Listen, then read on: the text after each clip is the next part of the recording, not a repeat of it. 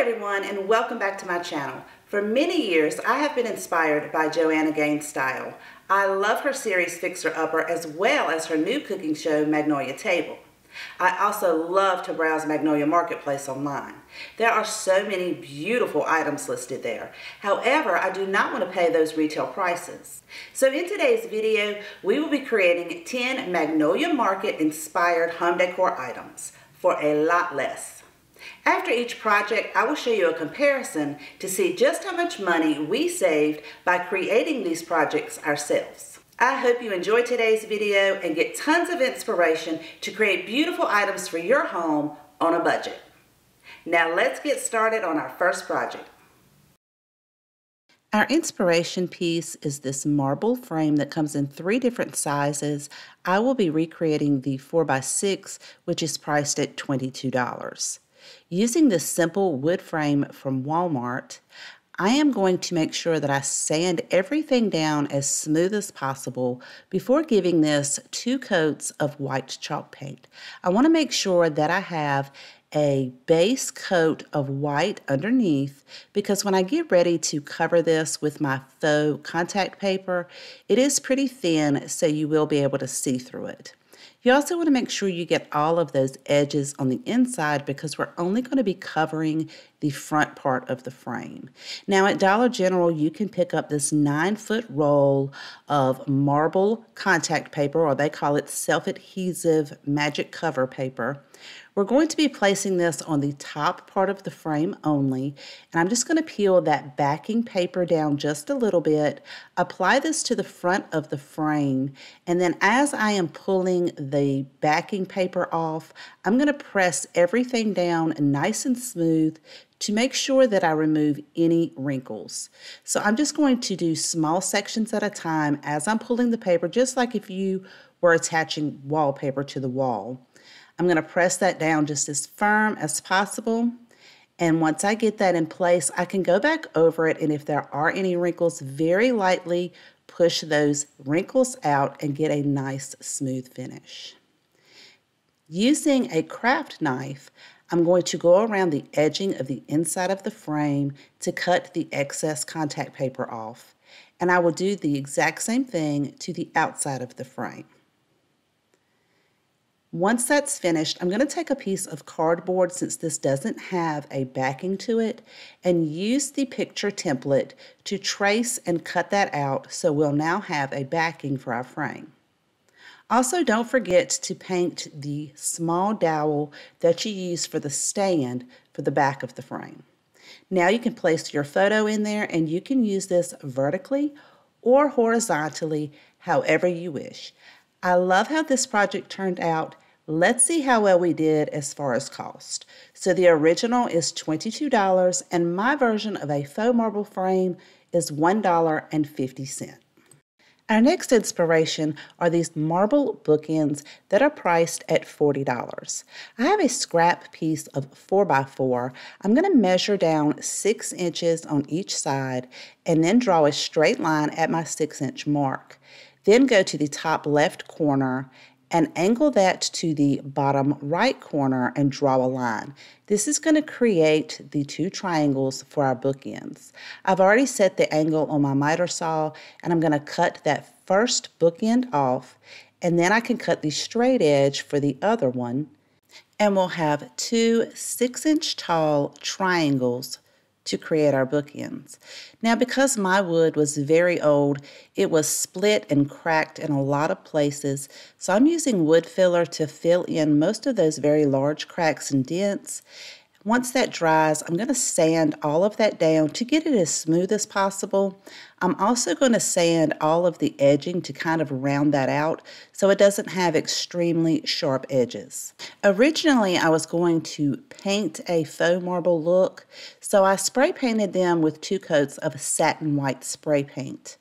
But because they had such large cracks in it, I decided to go ahead and use that faux marble contact paper that we used in the previous project. Now, I'm not sure if I mentioned, you get 9 feet for less than $4, so that's around 44 cents a foot. I'm going to place this on the back side of each of the bookends first, the side that is going to go up against the books. I want to make sure that everything stays in place, especially since the front 3 sides will be one continuous piece. So I'm applying a coat of Mod Podge to make sure everything is sealed and stays and doesn't move around. I'm going to press firmly and then push out any wrinkles to make sure that the finish is smooth as possible. Allow that to dry, and once that's dry, I'm going to take a utility knife, go around the outside edging to trim all of that excess contact paper off. Then I'll cut down a piece large enough to wrap the sides and the front of the bookends in one continuous piece. I'm going to go ahead and apply the Mod Podge to all 3 of those sides. Make sure that you get those edges so that everything blends really nicely. Then I can peel the backing off of that paper and lay the front piece right in the center. Then I can pull each side up one at a time and use my burnishing tool to get any of the wrinkles out. And then I will take my scissors and cut the excess off of those sides so that it will be easier to work with once the Mod Podge dries, and I can use my utility knife to carefully go around all of the edges and get those nice clean lines. Now, if some of your paper doesn't cover it completely, since we painted the base white, it will blend nicely. And you can also take a fine grit sandpaper and go over the edging if necessary. Because the contact paper has such a natural look to it, I think they turned out quite beautiful. So let's see how well we did as far as cost. The originals are $40. Because I already had the wood, I only had to account for the contact paper, so my faux marble bookends were $1. Project number 3, our inspiration is this gold patina dotted pot. It is sold in 2 different sizes. I will be replicating the smaller size that sells for $10. Using a glassware from Dollar Tree as well as some pearl wrap, I'm going to cut down 2 thin strips of the pearl wrap, and I will be removing that from the adhesive backing, attaching this to the top rim of the glass using some super glue fix-all adhesive. I'm going to do this in small sections so that the glue doesn't set up before I have time to put this pearl adhesive on top. Now, each of these are attached together and have 2 tiny little strands on the outside edge. So once I have my pearl wrap around the top rim, I'm going to take some scissors and try to cut those tiny little pieces on the outside edge off as close as possible. You still will be able to see some of it, but I'm going to trim that down just a little bit. Now, once my glue dries, I'm going to take this outside and give it a good thorough cleaning with some rubbing alcohol to remove any debris or fingerprints. Allow that to dry before I give this 2 coats of metallic warm gold spray paint. You can find this at Lowe's or Walmart. Allow the spray paint to completely dry before we add our patina finish. Using one of Dollar Tree's bath sponges, I'm going to cut down a small section of that and use some Waverly Antique Wax to create our patina finish. Dabbing the sponge into the antique wax, I'm going to apply it to the top part of the rim so that it seeps down into the grooves, and then take a dry paper towel to dab most of it off of the top of the dots. Then I'm going to apply it around the vase, but I'm not going to dab it off with the paper towel. I'm going to allow it to dry, just pouncing it up and down in different areas. Once that antique wax dries, it's going to give it a beautiful patinaed look. You can create whatever designs you like on the outside of it. Once it dries, I do recommend that you put a clear glaze on it to protect anything from chipping off. This was a super easy project, but I think it turned out very beautiful. What do you guys think? As far as cost, the original is $10 and mine cost $2.50. Our next project is inspired by this wooden bowl that sells for $90. Using one of Dollar Tree's garden dishes that measures about 10 inches in diameter and 2.5 inches deep, I'm going to give this 2 thin coats of ivory chalk paint on the front and back of this bowl. Once that dries, I'm going to take some antique wax and go over it to create a faux wood finish. So using a chip brush, I'm going to dab it into the antique wax and then go in circular motions around the outside of the bowl. So you want to go in one continuous stroke in the same direction, but I'm going in the circle so to create the faux wood grain. Then taking a dry paper towel, you can drag it very lightly across the antique wax, and it's going to create depth and dimension in the color. Now you can remove as much wax as you like to make your bowl lighter. I, however, wanted mine to be darker, so I am going to repeat this 2 times to create a nice dark finish. You can also lightly drag your paper towel in wavy motions to create that wood effect. Allow that antique wax to thoroughly dry, then flip it over and repeat the same process on the inside of the bowl. I'm just going to take the brush and move it around in certain directions to create that faux look. Once your antique wax has completely dried, go over it with a clear sealing wax to seal that in and prevent that from chipping off of the plastic container. And although my version is not real wood, I am pleased with how this project turned out. So let's check out our cost comparison. The original wooden bowl is $90 and my faux version is $1.25. If you're enjoying today's video and you haven't done so already, I would love for you to stick around by clicking on the subscribe button and the notification bell. To all my current subscribers, thank you so much. I truly appreciate each and every one of you. I would also love for you to visit me on all my other social media accounts. Those links are in the description box below. Our next inspiration piece is this concrete lantern that sells for $14.40. And although this is not a DIY, I just wanted to show you how easy it is to replicate this. Using the base off of one of Dollar Tree's candle holders, a Dollar Tree Hurricane will fit into that base perfectly. Then you can insert a regular or LED pillar candle and you have the same effect as the original concrete lantern. The original costs $14.40, my version $2.50. Our next project is inspired by this cake stand that sells for $35 on sale. Using one of Dollar Tree's rounds that you can purchase in the Dollar Tree Plus section for $5, remove the sticker from the bottom and sand any of that excess glue off, as well as take your sandpaper around the outside edge because it's very rough to get that nice and smooth. Also using one of Dollar Tree's wooden pencil holders, I'm going to sand that down because it is extremely rough and I want to have a nice smooth finish. Then wipe all of the sanding dust off before taking some Gorilla Wood glue and attaching the bottom of the cup to the center of the bottom of the wood round. Now I'm just going to apply a generous amount and spread that out evenly and then attach it to the center and set something heavy on it and allow that glue to set up for several hours. I want to be able to use mine as a true cake stand and not just for decorative purposes. I'm going to be using some butcher block oil, which is food safe. Stir it before and during the application.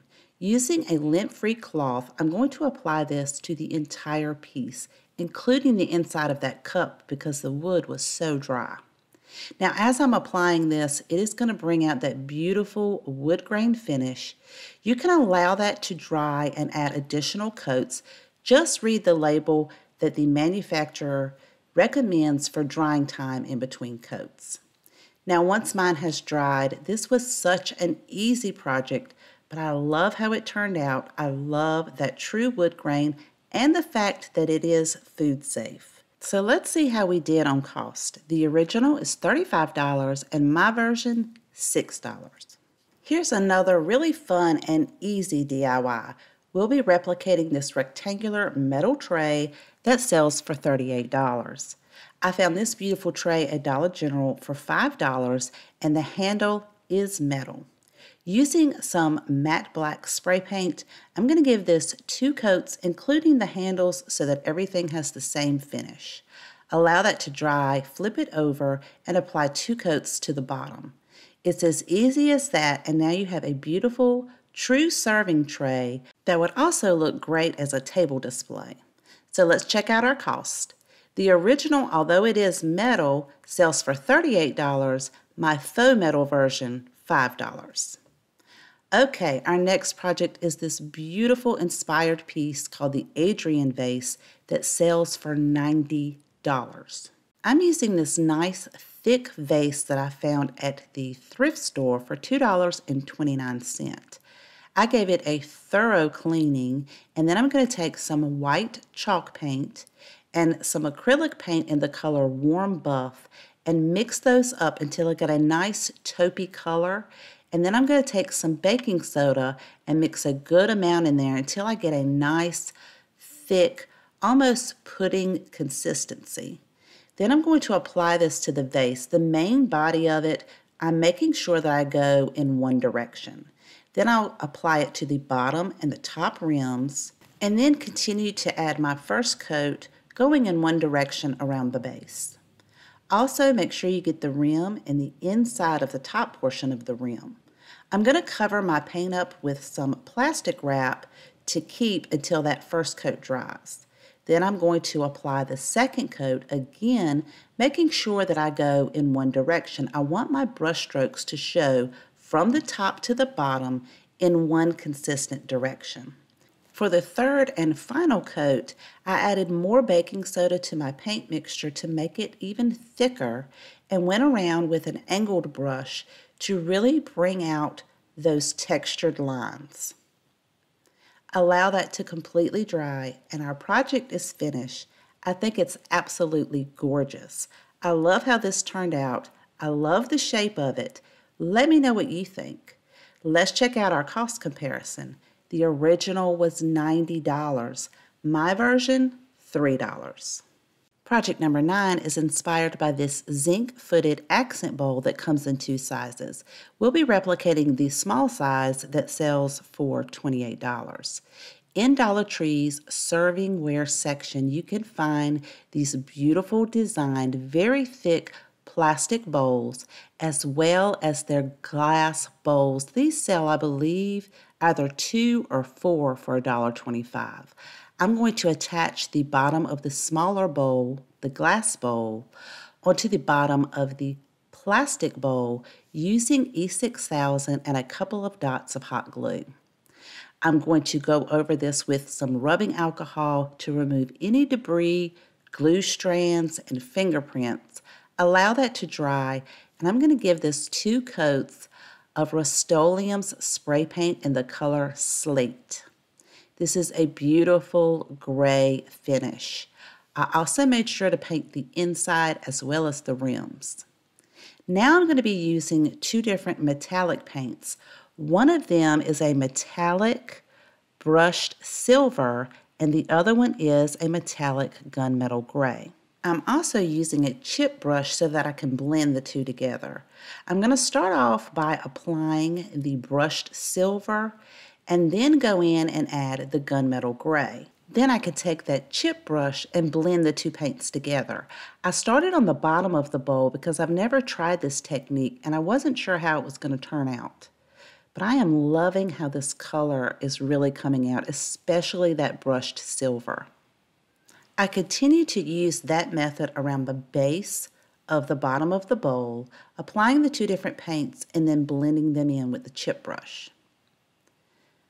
Once that paint dried, I'm going to flip it over to the outside edge and take that brushed silver and go over each one of those lines to really bring those out, as well as the bottom part of those lines where the grooves go down. I'm going to take the gunmetal gray and brush in between those, and then take my chip brush and kind of blend in the middle. I still want those outside indentions to really stand out.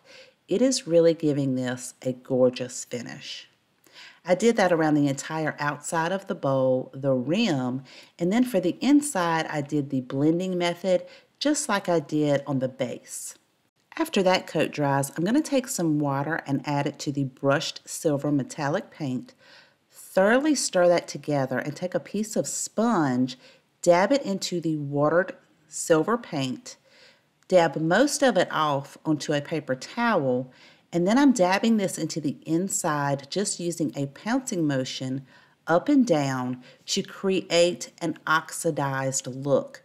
So the water mixture has a lot of bubbles in it, and when you take that sponge and pounce it up and down onto your bowl, it leaves these tiny bubbles, and then as they dry, it just gives it this beautiful oxidized look. And now it has a beautiful vintage look. I am extremely happy with how this project turned out. So let's check out our cost comparison. The original zinc-footed bowl is $28. My version, $2. For project number 10, the inspiration is an olive topiary with gray pot that sells for $54. I'm using an 8-inch terracotta pot from Walmart that costs less than $4. I'm going to give this 2 coats of that slate gray spray paint and allow that to thoroughly dry. Don't forget about the top rim as well as somewhat down the inside of the top rim. I'm going to use some white acrylic paint, water that down a little bit, take a sponge, dab most of that paint off, and then again pounce up and down all over the entire outside, rim, as well as some of the inside of this terracotta pot. Allow that to completely dry before you move on to the next step of paint. I'm going to add a little bit of black paint. Mine's actually black chalk paint, but you can add black acrylic paint. Mix that up to a nice, beautiful, lighter gray color than the slate, which is the base, and then pounce that up and down in various areas all over the pot. It creates a beautiful cement, almost granite-like color. Okay, so now that we have our pot ready, my husband was kind enough to cut me this branch off, which is about 4 feet tall. I have placed some duct tape on the bottom of the pot just in case, because it has a hole, and that's where I'm going to be placing the branch, but I want to make sure that it does not come through the bottom. We're going to be using this spray foam. You can find this at Lowe's for less than $4 a can. So we're going to have to do this in sections at a time. So my idea is to place the branch directly into the hole and hold it as straight as possible as I spray the foam down inside of the pot.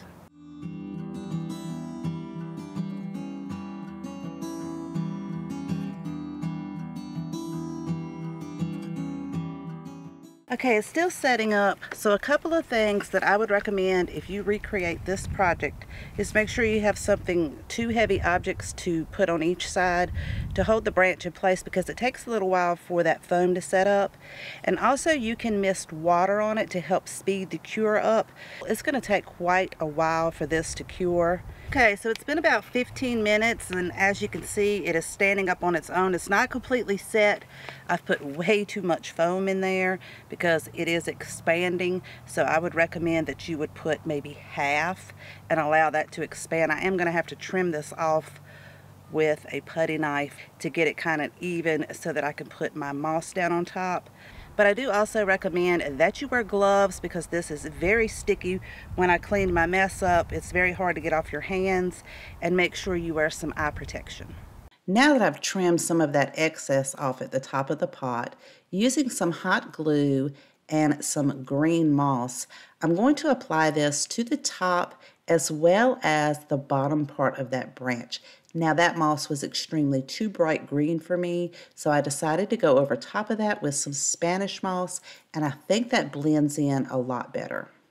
Using some of these olive branch picks from Walmart, they sell for $3 a piece. I'm going to use 3 of these and cut each of those limbs or stems off of this bundle down into individual pieces. Using a drill, I'm going to drill a couple of holes and start at the top, and then hot glue some of the smaller pieces in at the top, and then the larger pieces I'm going to place at the bottom and then fill them in as they go up. I did end up cutting the branch down and then re-drilling holes and reapplying the olive branches. Now it looks so much better. I love how this project turned out, and I hope you guys like it too. And for the cost, the original was $54, my version $17. You guys, if you have a favorite out of today's projects, please let me know in the comments section down below. I always love to know which one is your favorite.